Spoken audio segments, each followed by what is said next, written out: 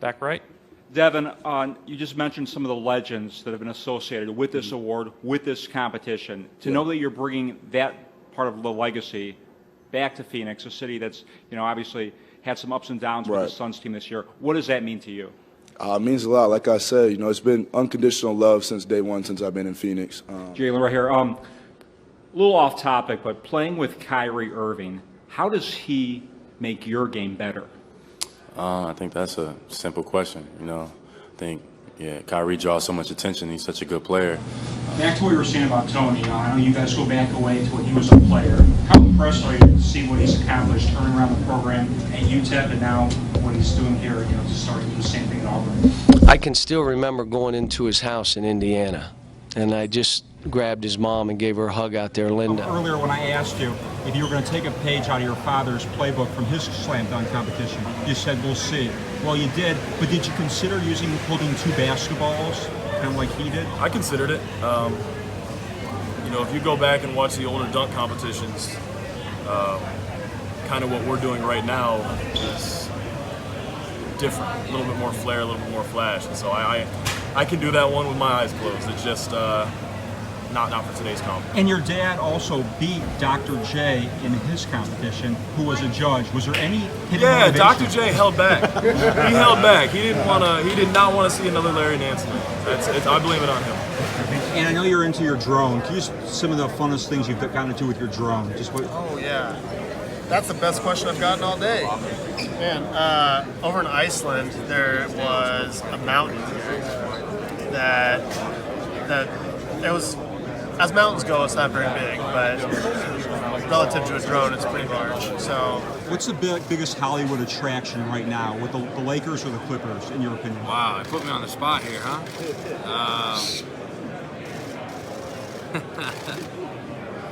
I know there's a lot of Lakers fans in our clubhouse, so I guess I gotta go Lakers. And last thing, if there would ever be a movie made about your life, what actor would you want to play you? Adam Sandler. Okay.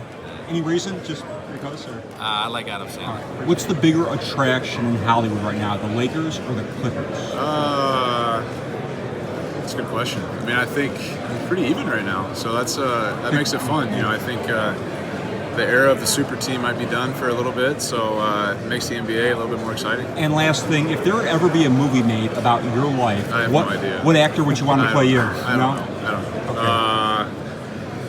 Okay. I'm not sure. Okay. Cece, when you look at your career as a whole, considering that you started here and now here you are at the All-Star game to really kind of cap it off, how would you describe, if you could write a book about your career, how this has gone for you? Oh, it's just been a fairy tale. It's been a storybook. Being able to start my career here with this great organization, kind of grow up here, and then, have a chance to end it here with the All-Star game is just, I couldn't ask for anything more. And Cece, last thing, if there would ever be a movie made about your life, what actor would you want to play you? Oh, I have no idea. Pick one. I have no idea. Right. Thanks.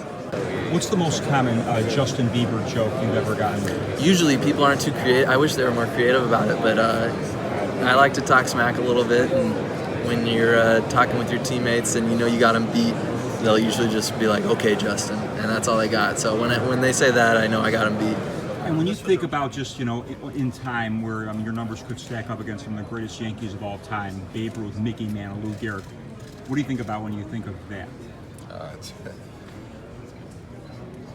I really don't know what to say, to be honest, especially hearing those names and to even be in the same sentence as some of those guys is an honor in itself, but for my game to be, in the likes of those guys, it's quite humbling, to be honest. And last thing, I know you've got some little munchkins crawling around at home. What's more difficult and challenging, managing them or dealing with the hot heat and pitching that Arizona has to offer? The kids are a million times harder than, especially heat. Heat, you could just deal with that, but kids are tough. If you had your hand in putting together a time capsule that would, really your imprint on this team, this university, 50 years from now, what would you like it to look like? Yeah, great recruiting classes, winning national championships, having a dominant program year in, year out.